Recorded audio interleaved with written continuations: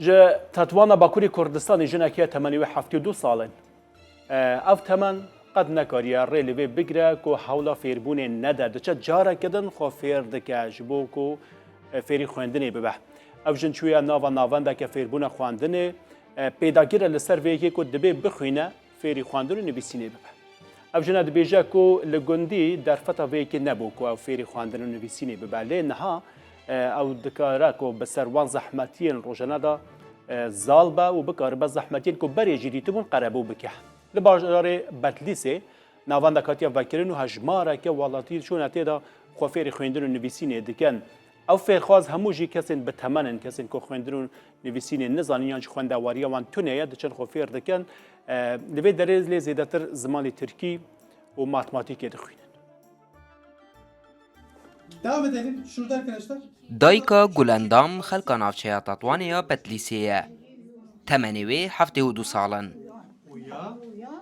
خوندن و نویسین نزانه لید بیجه تمنی فیربونی نینه بینوسو دفتر خواه هلگرتیه و لوی ناوندا پشتوانیا مالباته لگل حوالین خواه فیری خوندن و نویسینه دبه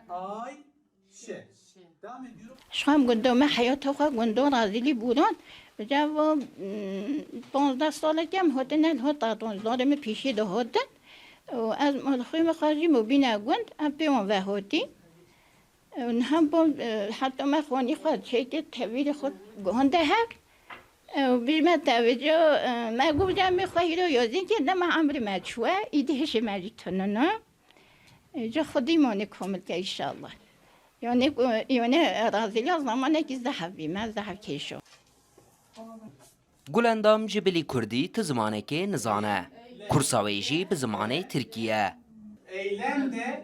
تفیکو لگور حوالین خویم پولی درنگی دست پیکریه پیش و چونک برچاو ده فیربوناوی ده هیه دو مهت مالها اوت خدا دم وقتی بوریم حوالی مهاته دو هفتیون گیش هاتم جنین نافچه و کرسی وک در فتک مزن جبو فیربونا خواندن و نویسینه دبینن 3 çocuk annesiyim.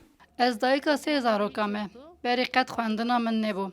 Min di civînên zarokên xwe yên xwende kar de gelek pirsgirêk didîtin. Min nedikarî nav binivîsim û min dida kesek din da ku binivîse.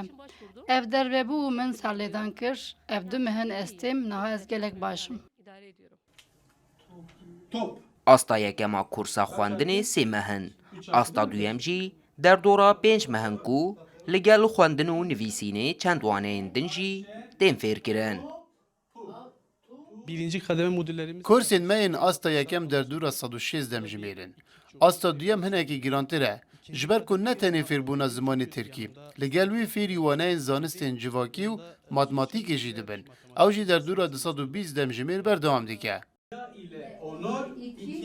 Heta niha derdora seh cinan li vê navendê fêrî xwendin û nivîsînê bûne. Berpirsên navendê plan dikin ku heta dawya îsal pêncî jin li vê navendê her du astên kursê temam bikin.